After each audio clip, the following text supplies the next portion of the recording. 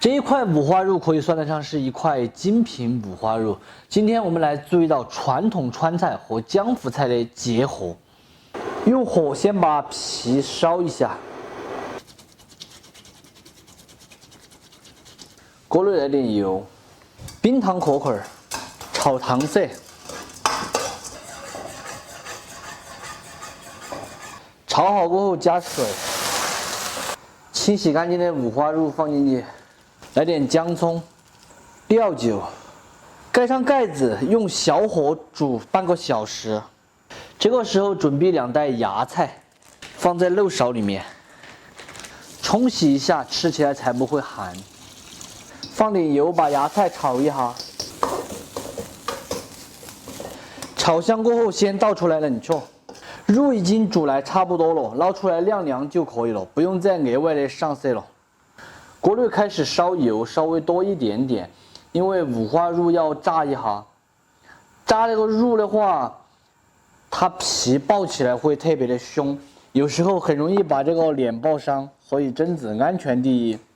2、3成油温的时候就下入五花肉，一定要皮朝下，用中小火慢慢的炸，扛起来。这个肉大约炸了5分钟左右的时间。 已经差不多了，给它漏出来，放入这一盆温水中泡一下，主要是把它的皮泡起皱褶儿。这个肉的表皮已经泡起了很多的皱皱了，非常的漂亮。这下改刀，切3到4毫米的片。最近我觉得我长胖了，我看到这个肥肉都有点害怕。但是端上桌子过后，那个筷子那个手，实在是忍不住。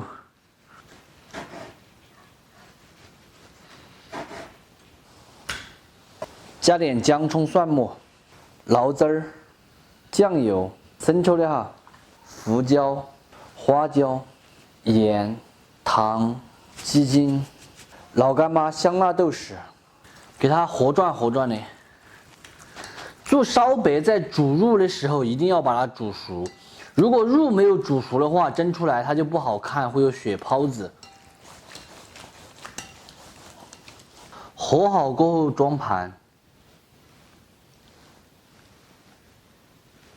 只需要一片叠一片的摆起来，再来一点这个汤汤儿。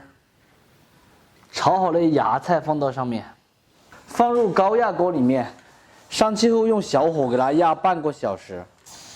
如果是直接蒸的话，大约要蒸1个半到2个小时。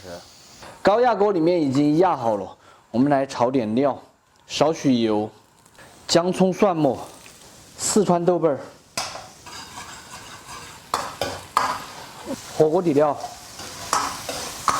加一点水，烧开过后调点鸡精，再用水淀粉勾薄芡，要让这个芡汁能够扒在肉上，蒸子黑起来骨泡就可以了。烧白扣一个盘子在上面，给它翻过来，扣碗拿掉。哇，好漂亮啊！淋上姜才炒好的味汁。 再撒上一点刀口海椒面，一点点花椒粉，淋上一点7成油温的热油，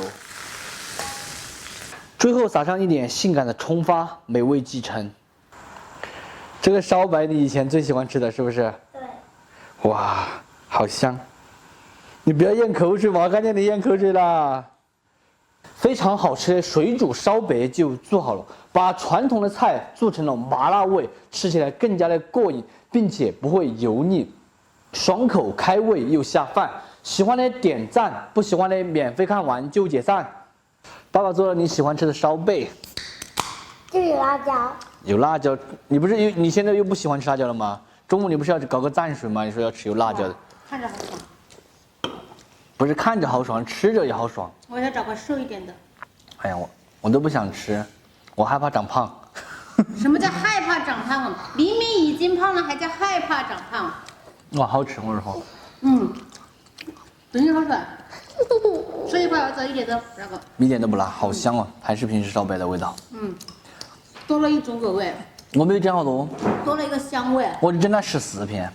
你看我这。来，老板这个熟的。我要吃肥的。你要吃肥的啊？肥的花椒。啊，这里一块肥的，我吃这个熟的，我害怕长胖。怎么样？快吃哦，吃完这里还有滑肉。太巴适了。但是我这都吃了3块了，你看。老板最近是不是潮着急了？好久没吃肉。你在内江锅儿两肉来炒一样好吗？2两肉还不够8锅的。你要学会我的一招治锅，就不会粘锅了。我学会了。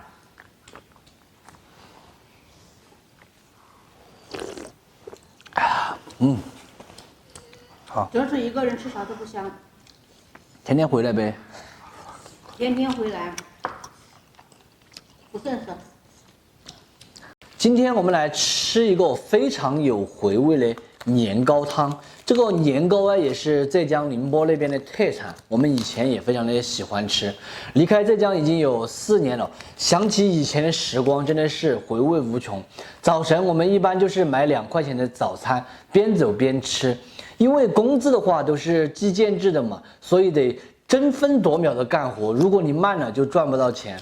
虽然那个时候的日子苦哈，但是从现在回过头来看，其实真正的是磨练了一些个人的意志吧。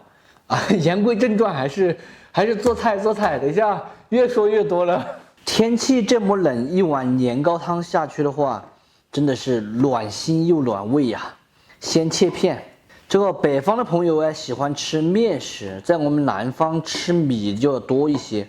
这个年糕也是用大米做的。这一颗白菜是2块7角钱。上次我在一个群里面看到有个北方的朋友，他说他要开始囤白菜了，因为我没有去过北方嘛，不知道北方是什么情况。难道北方白菜都买不到吗？还要囤？我们这里买半颗他都可以给你切。白菜和香菇清洗干净后切片。白菜切丝，再准备一点猪瘦肉，切成丝。这里炒一份呢还是比较多，饭店里面的话，这一点肉可以炒个4到5份了。再来上一点姜葱蒜，肉丝里面加点盐、水淀粉，码转的就可以了。锅里面给它扣上一坨新能源的猪油，猪油炒化后下入肉丝，快速给它滑散，姜葱蒜。香菇翻炒匀净，下年糕片，稍有翻炒后加入水，烧开过后打去这个浮沫，调味盐、糖、鸡精、胡椒，下入白菜帮子，转中火煮个2到3分钟的时间，煮好后下入白菜叶子，烫熟就可以关火出锅了。看起来就超级巴适的年糕汤。最后撒上一点性感的葱花，美味继承。有时候会感到莫名的难过，想到这一生到底是图什么，总是反复崩溃，然后再愈合，最后一个人默默承受着。或许没有人是真正懂你的，为何承受后就变得不快乐。